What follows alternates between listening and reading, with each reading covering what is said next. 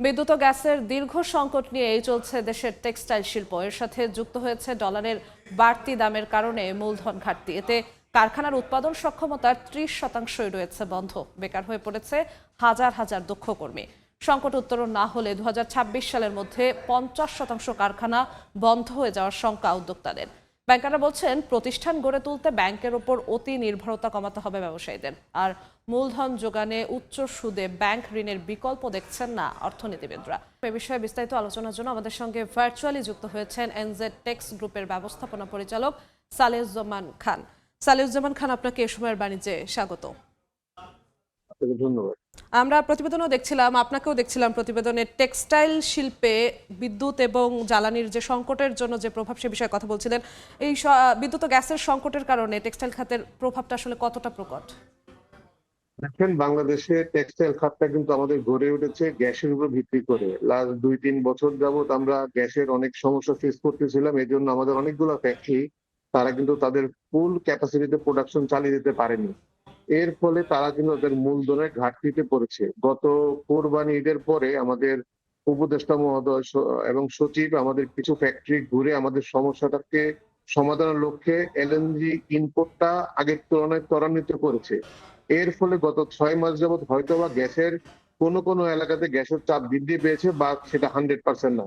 যদি গ্যাসের জন্য ফ্যাক্টরিটা বন্ধ হয় তাহলে তার ক্যাপাসিটি আমরা কিন্তু 90% প্রোডাকশন করতে পারি না।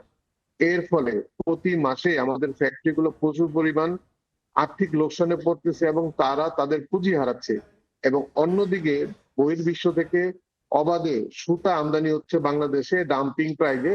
এর জন্য কিন্তু আমরা সঠিক মূল্যে আমাদের সুতা বিক্রি করতে পারতেছি না। এখানে দুইটা সমস্যা। একটা হলো, গত 2 বছর যাবত গ্যাসের নিম্নচাপের জন্য আমরা প্রোডাকশন করতে পারিনি এবং তাতে আমরা অনেক লস খেয়েছি।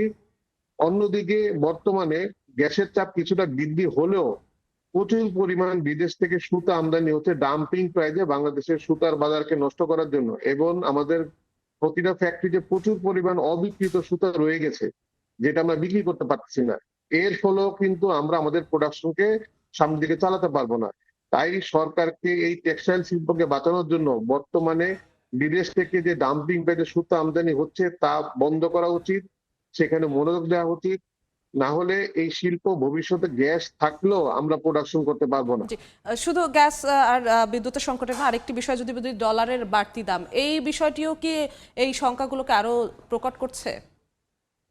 ডলারের বাড়তি দামটা আমাদের জন্য একটা বড় ইস্যু। যেহেতু বাংলাদেশের টেক্সটাইল শিল্পটা বেশিটা আমরা এক্সপোর্টের সাথে জড়িত, সেহেতু আমরা যেটাই ইম্পোর্ট করি আলটিমেটলি এক্সপোর্ট করার কারণে আমাদের মধ্যে কিন্তু একটা ব্যালেন্সিং হয়ে যায়। বাট লোকাল যে প্রতিষ্ঠানগুলো যারা বিদেশ থেকে আমদানি করে বাংলাদেশে বিক্রি করে, তাদের জন্য একটা বড় চাপ প্রয়োগ হচ্ছে। এবং আশা করি বর্তমানে এই মুহূর্তে ডলার বাজারটা স্থিতিশীল আছে।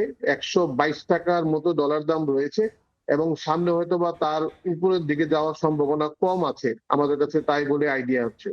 জি, আরেকটা বিষয়, একটি তথ্যই আমরা আমাদের সহকর্মী প্রতিবেদনে দেখছিলাম যে বেকার হয়ে পড়ছে হাজার হাজার দক্ষ কর্মী, এবং এই সংকট যদি না কাটে তাহলে 2026 সালের মধ্যে 50% কারখানা বন্ধ হয়ে যাওয়ার শঙ্কা রয়েছে। এই তথ্যটি নিয়ে যদি কিছু বলতেন।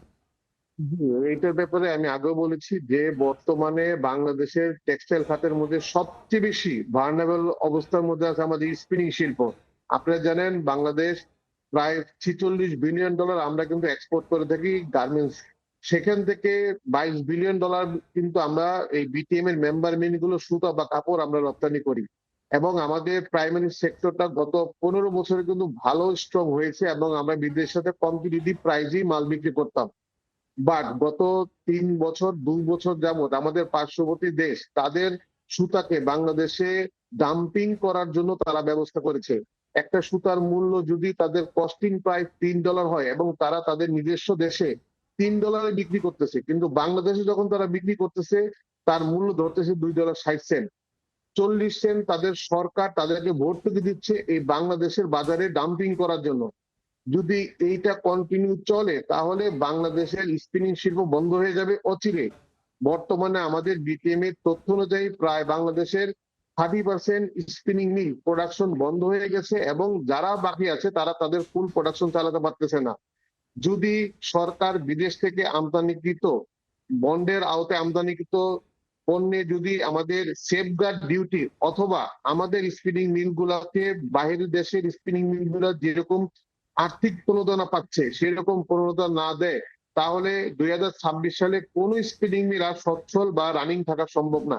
এই স্পিনিং মিল গুলোতে বর্তমানে প্রায় 5 লক্ষ লোক ডাইরেক্ট কর্মসংস্থান আছে এবং এটা বন্ধ হয়ে যাবে। আপনারা দেখেছেন গত 3 থেকে 4 দিন আগে আমাদের যারা স্পিনিং এ কর্মরত আমাদের টেক্সটাইল ইঞ্জিনিয়ার আছে তারাও কিন্তু একটা সংবাদ সম্মেলন করেছে সরকারের দৃষ্টি আকর্ষণ করার জন্য। সরকার হয়তোবা সেদিকে লক্ষ্য রাখতে পারতেছে না, কারণ আপনারা জানেন এখন ট্রানজিশন পিরিয়ড হচ্ছে, একটা নির্বাচনের দিকে যাচ্ছে। বাট যদি আমাদের অর্থনীতি বেঁচে না থাকে তাহলে নির্বাচন দিয়ে পরবর্তী সরকার এসেও কিন্তু এর হাল ধরতে পারবে না। যদি এভাবে আর 2 মাস চলতে থাকে তাহলে আমাদের কোন স্পিনিং মিলই আর সার্ভাইভ করতে পারবে, সবগুলো ফ্যাক্টরি ক্লাসিফাইড হয়ে যাবে এবং 5 থেকে 6 লক্ষ লোক যারা স্পিনিং এর সাথে ডাইরেক্ট জড়িত তাদের কর্মসংস্থান হারাবে। তাই আপনাদের মাধ্যমে আমি এখনই রিকোয়েস্ট করতেছি, দ্রুত এই সপ্তাহের মধ্যে বা এই মাসের মধ্যে সরকার যাতে স্পিনিং মিল গুলোতে কোন রকম প্রণোদনা দেয় যার ফলে তারা সার্ভাইভ করতে পারে, অথবা বিদেশ থেকে যে ট্যাক্স ফ্রি সুতা অল্প মূল্যে ডাম্পিং প্রাইসে বাংলাদেশে আমদানি হচ্ছে সেখানে যাতে একটা সেফগার্ড ডিউটি দেয়, যাতে একটা লেভেল প্লেইং ফিল্ড থাকে, যাতে আমাদের স্পিনিং গুলা সচ্ছল ভাবে চলতে পারে। না হলে একটা মূলধনের ঘাটতি দেখা যাবে এবং দেশে বা সমাজে একটা সামাজিক অবস্থা অবক্ষয় হবে। এবং যদি বাংলাদেশ স্পিনিং মিল বন্ধ হয়ে যায় তাহলে ভবিষ্যতে আমাদের এক্সপোর্ট যে গার্মেন্টস এর যে গ্রোথ সেটা হয়তোবা থেমে যাবে এবং এই গার্মেন্টস শিল্প বাংলাদেশ থেকে অন্য দেশে ট্রান্সফার হয়ে যাবে। এটা একটা অশনি সংকেত, একটা ষড়যন্ত্র চলতেছে আমাদের বিরুদ্ধে। জি, আরেকটি বিষয় আপনি বললেন যে সামনে জাতীয় নির্বাচনকে সামনে রেখে 1-1.5 মাসের মধ্যে যদি অন্তর্বর্তীকালীন সরকার এই বিষয়গুলোকে পদক্ষেপ নেয়, সেক্ষেত্রে জাতীয় নির্বাচনের পর নতুন রাজনৈতিক সরকারের প্রতিও আপনাদের এই দাবিগুলো একই থাকবে কিনা? দেখেন, আমাদের সরকার যারাই আসে দেশ তো আমাদের সবার এবং এই সমাজ আমাদের, যদি আমাদের অর্থনীতি যদি ঠিক না থাকে তাহলে যে কোনো সরকারি আসুক তাহলে কিন্তু দেশকে ভালোভাবে পরিচালনা করতে পারবে না। আমরা যেই সরকার আসুক তাদের কাছে অনুরোধ থাকবে যাতে আমাদের শিল্প গ্রোথ থাকে, আমরা যদি বিশ্বের মানচিত্রে আমাদের অবস্থান যাতে সঠিক হয় এবং যাতে আমরা স্বনির্ভর দেশের দিকে যেতে পারি এবং আমাদের প্রোডাকশন যাতে বাড়াতে পারি সেই ব্যবস্থা জি, সরকারগুলো নিবে ভবিষ্যতে। জি, আপনাকে অসংখ্য ধন্যবাদ আমাদের সঙ্গে যুক্ত হওয়ার জন্য। ধন্যবাদ আপনাকে।